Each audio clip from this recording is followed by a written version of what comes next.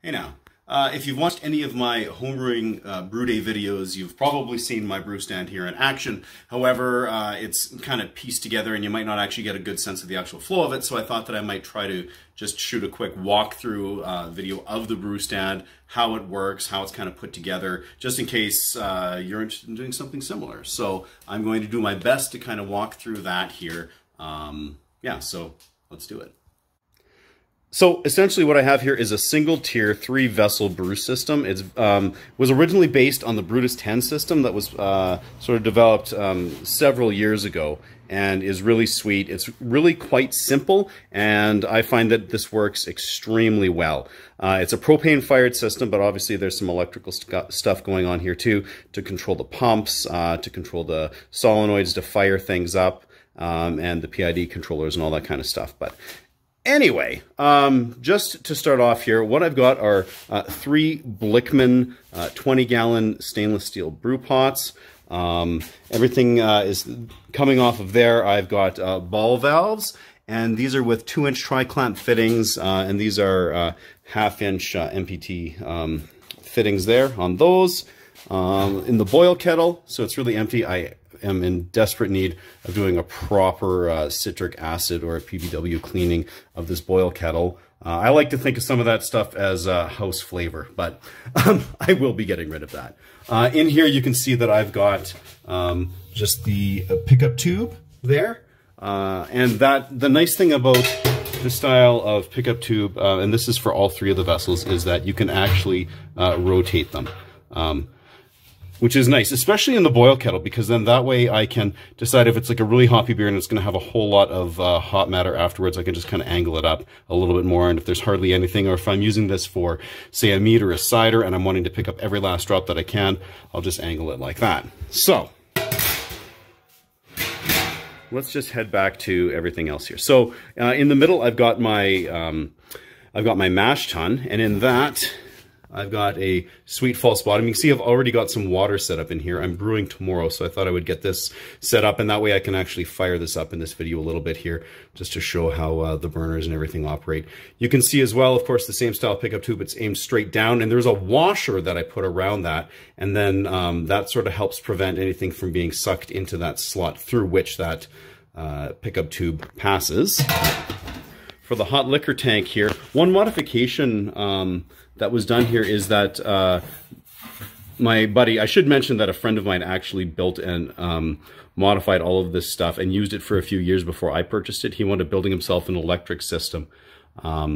So I was fortunate enough to pick this up off him. So he wound up cutting this hole, which is cool because you can kind of view things here and see what's going on.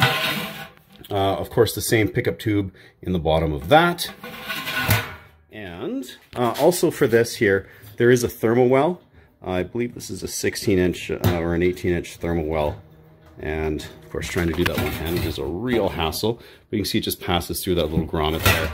And this one RTD probe fits in there nicely. Got some really high-tech painter's tape insulation on that, just for when this gets hot, because I have this thing running at like 168 Fahrenheit or in that 75, 76 degrees Celsius range for the majority of the brew. So this whole vessel gets quite warm, and I don't want to risk melting this probe wiring here. I have wrecked one of them before, and it sucks having to pick another one up. So I suppose the heart of the system is the control panel here. And you can see, so I've got these, the displays for these PID controllers. There's a main power on switch, which is just super fun. And then switches also for the 2 different March pumps there. You can see sort of the guts inside here. I obviously didn't wire this, so I'm not going to give you specific details about this, other than it looks pretty cool. And we just got some extra parts here, some of those quick disconnects. Just kind of latching that back together here. So I can just turn the whole system on. So I've got it plugged in over there, and just turn it on. Awesome red light. I can power on my probes. So what I have here, so these just go on through these quick disconnects. Just move that wire out of the way right here, which is awesome. And then I just kind of roll them up and clip them or clamp them and then store them. They click on really nicely there. And if one of them's unplugged, you'll see that the controller gets angry right away here. It's not 635 degrees, so I'll just do that and reset it. Of course, everything's nicely labeled in case I forget what's going on. But anyway, those probes run for the HLT. They run into that thermal well, and then I've got another thermal well in line here for the mash tun. So the control panel itself, so these PID controllers simply activate the solenoids that are on the back there that then will activate the burners, and I have them set up for the HLT and then also the mash tun down there. For the boil kettle, I'm not worried about temperature controlling that. I just basically can adjust it based on the vigor of the boil that I desire. So I've got the world's largest propane regulator, which is super heavy duty, definitely overkill for this. I'm actually kind of tempted to scale down. However, it's doing the job for now, and I've been using this for quite a few years, so I'm not too worried about it. Got a nice length of hose, and then it comes up through this splitter, and it splits off here, and it runs for my pilot lights, and then it also runs up into the tube steel. So this is actually, I should mention, constructed out of 2-inch stainless tube steel. And so then the gas is running here via a pipe, and it runs up and goes to the burners. It only when the solenoid allows it to do so. But then I also have these valves here. When I'm not using the brew stand, I usually just turn them off, just sort of like a little safety measure, I guess. But when I am going to be operating this, I just have them on full so that when the solenoid is allowing the gas to pass through into the burner, it's going full tilt. I also have valves here for the two pilot lights. You can see that one pipe runs up here, and we've got the pilot right here, and then the same thing for the other one, and I've got the pilot right up on here. The gas also obviously flows through to the larger burner that I've got here, the jet burner for the boil kettle. I do have this, which well, there's no solenoid here, so that gas is actually running. But then I've got this other valve, and I wound up just throwing this clamp on here just to allow me to have a little bit finer control for actually dialing in the the boil exactly how I want it. So I have both of the pilot lights lit now, and I try not to have them flame up too much, because if I let it go too high, I wind up getting some carbon scoring on the bottom of these pots. So I like to have that flame essentially as low as possible, where it's not going to blow out if a little breeze comes blasting through here, but it's low enough that it's not going to make a mess. So I've got the two gas switches that allow the solenoids to do their thing. So if I just switch those on, the two different vessels, you can see now they're starting to flame on. Sometimes it takes a second just for all of the jets to catch, but once they work that first time, they're good to go for the rest of the brew. So they're now obviously actively working to heat up. However, right now the HLT is the only one that would be accurate, because the RTD probe is actually in there in that thermal well. However, right now I don't have any of the water passing through here, so I do need to get water flowing through this pump, recirculating, in order for that to be accurate. So for the actual flow of water or work, depending on which vessel I'm talking about here, I've got these ball valves on here, so I just like to open them up once I start to get things heating up. And so the water flows from the vessel down into the bottom of the March pumps. So I've got these sitting here, so if you want to take a peek, just got those underneath here. I love these pumps. They're really hard to mess up. They're super simple, and they work extremely well. I've just got a little stainless heat shield on here that we bent so that it would kind of protect those pumps a little bit from the heat, because it can last for quite some time. Now, once I let this water go down here, you'll notice that I've got these silicone hoses, and I've got these bottom ones are actually longer. They're around 4 feet in length as opposed to 3 feet or so for these top ones. I could have done them the same length, but I definitely need about the 4 feet here based on this distance, because once it comes through, and I'll actually just probably show you on the HLT, because I've got this sight glass here. If I go to turn on this pump, you can see it's not happy. It's not actually moving any water. So I need to kind of get a little bit of the air out of the line. So you can see if I go like this here and just double up the hose like so and squeeze it, I can get some of that air out of there, so it's not just locked up. And it usually just takes me 2 or 3 of these little primings to get working and flowing. See, it's almost there. This third one should do it. And now if you come up here to the lid, you can see that that's obviously flowing really quite nicely there. So having this inline, I really like having the temperature reading from here because I'm getting the wort as it's coming through, and that's really the hottest point of the mash because it's fired from the bottom. Having the sight glass here is awesome because I can see exactly what's going on. It's my really great way to tell if starch conversion has taken place without having to iodine test or anything like that. Because you can see how hazy it winds up being at the start of my brews. And then after that's converted, it's unless it's a really high wheat or rye beer, it winds up being quite clear, which is awesome. So this is recirculating now. I usually don't bother starting to recirc until I know that this is like at least halfway heated up, just because this is a little bit less efficient than just directly firing onto this, because obviously some heat is kind of escaping as it's passing through those pipes.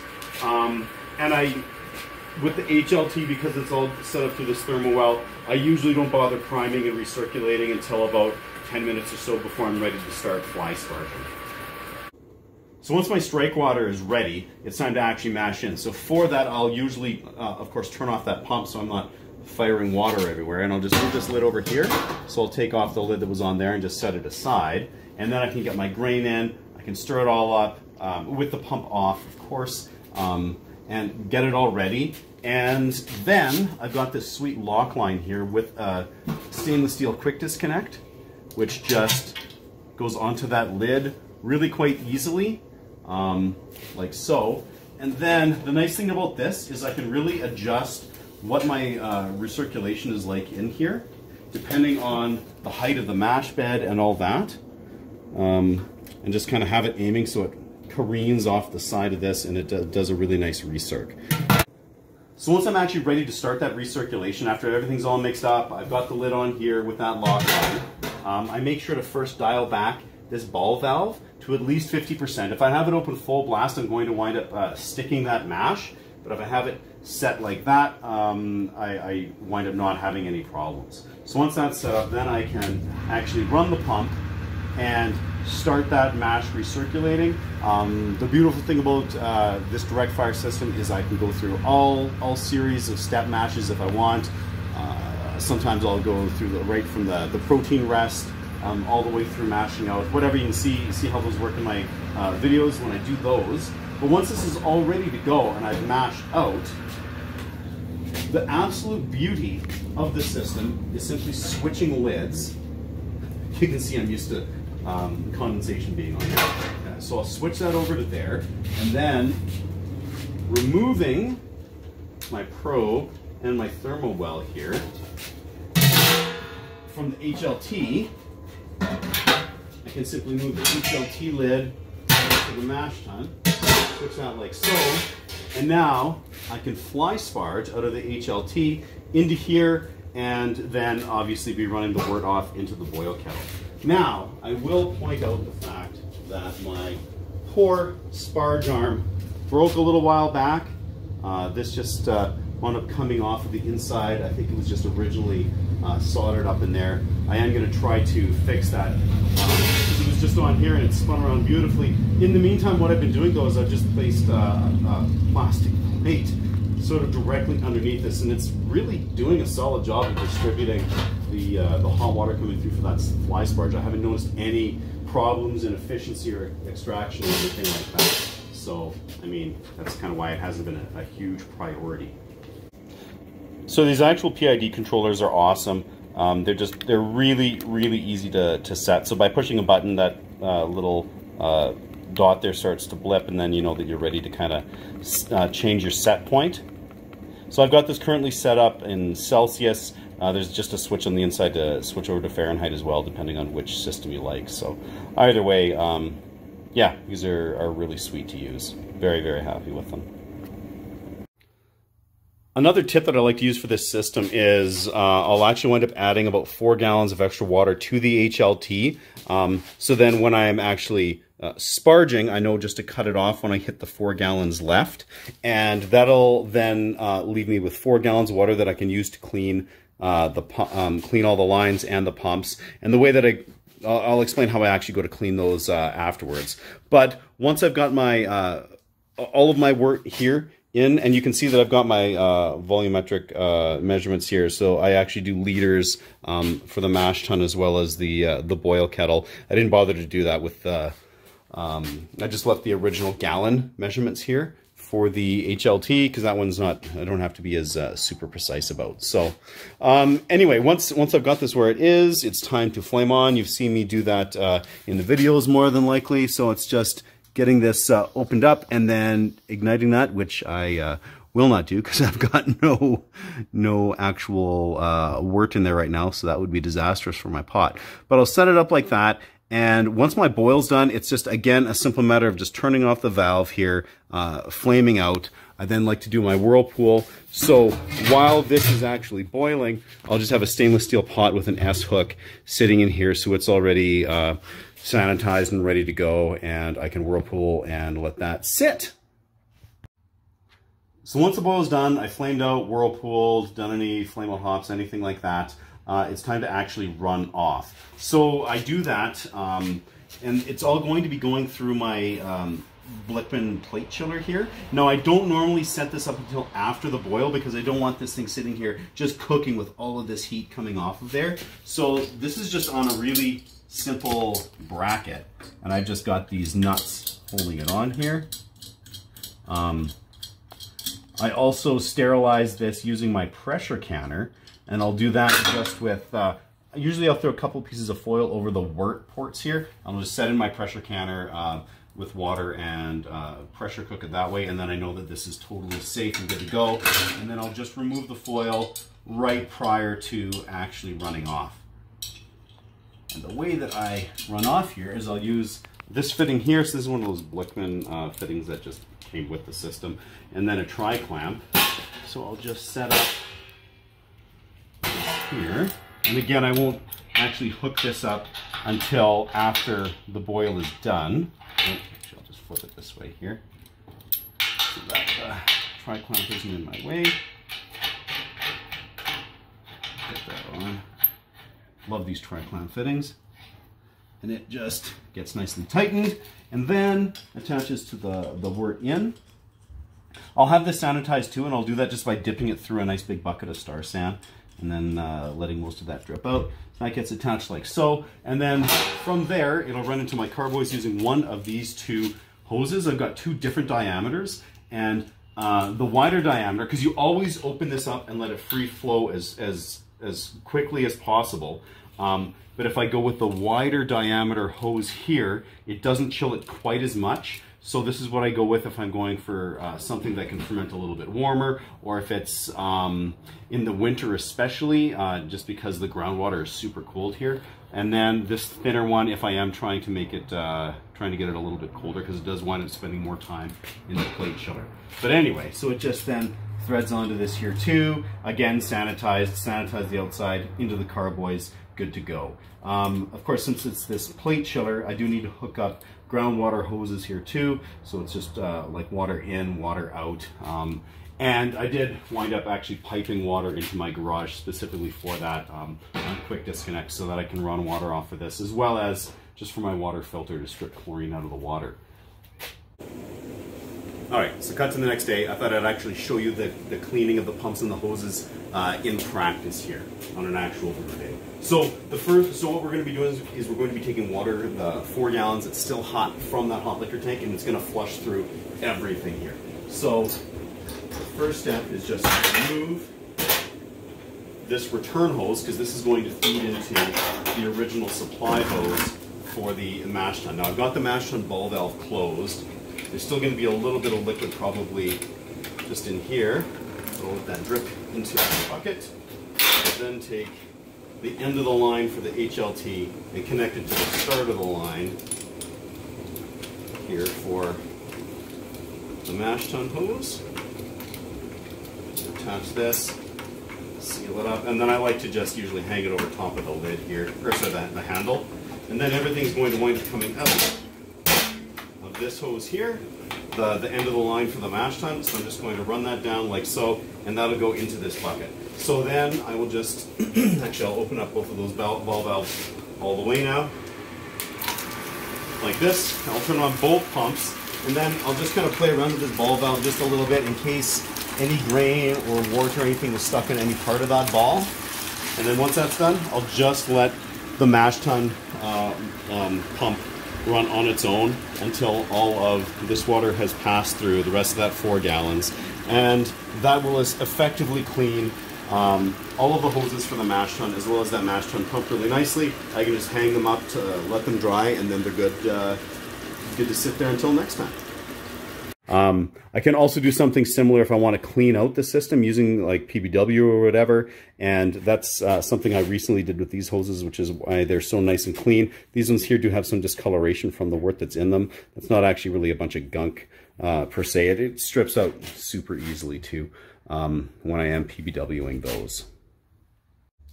And then just for cleanup, the HLT, I'll just make sure it's drained of all the water, usually just a little paper towel wipe, and it's good to go.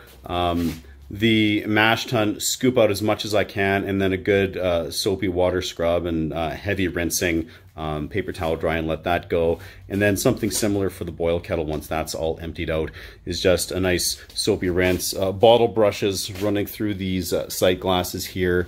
And you can see I also have just a little like a little hex bolt up there, and that kind of helps prevent any of that wort from coming through here as I'm hitting a boil, because it then just flows out this and not through the top, because that would just be a hot mess there. So keeping the cleaning going as I'm brewing is key. By the time I'm partway through the boil, I've already got these other 2 vessels totally cleaned off to the side. It's just this setup, and when I'm actually ready to run off here, there's not a whole lot of cleaning done to be done afterwards. So it just kind of helps keep me organized. So there you have it. I hope it kind of covered all the key features of the brew stand.